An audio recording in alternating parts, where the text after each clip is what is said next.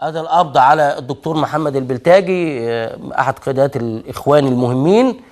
ادي قدام حضراتكم، قبض عليه في ابو النمرس في منطقه الترسه في ابو النمرس في محافظه الجيزه. ادي قدام حضراتكم الفيديو القبض عليه. وكان بصحبته خالد الازهري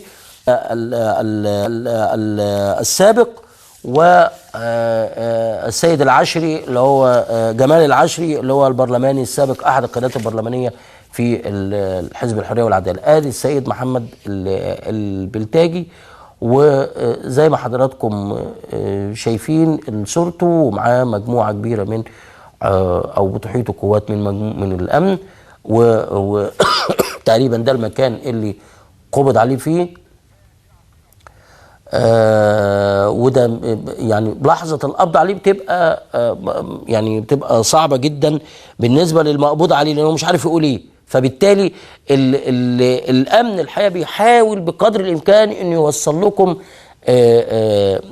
يعني حاجة مهمة في الفيديوهات دي، إنه بيبقى للقبض فقط، مش للاعتداء او التجاوز بالكلام، واحنا ما نسمحش كمان انه يكون في اعتداء من جانب الشرطه على اي واحد يتم القبض عليه، لانه التعامل بالقانون هو الاهم، والقانون على الكبير والصغير في هذا البلد. ولو وصلنا للمرحله دي ووصلنا للنتيجه دي، يبقى هنبني مؤسسه او هنبني مؤسسات محترمه، ونبني بلد محترم في المستقبل، بيبقى افضل بكتير من الاوضاع، او افضل بكتير من العلاقه بين المؤسسات والمواطن في الفتره الماضيه.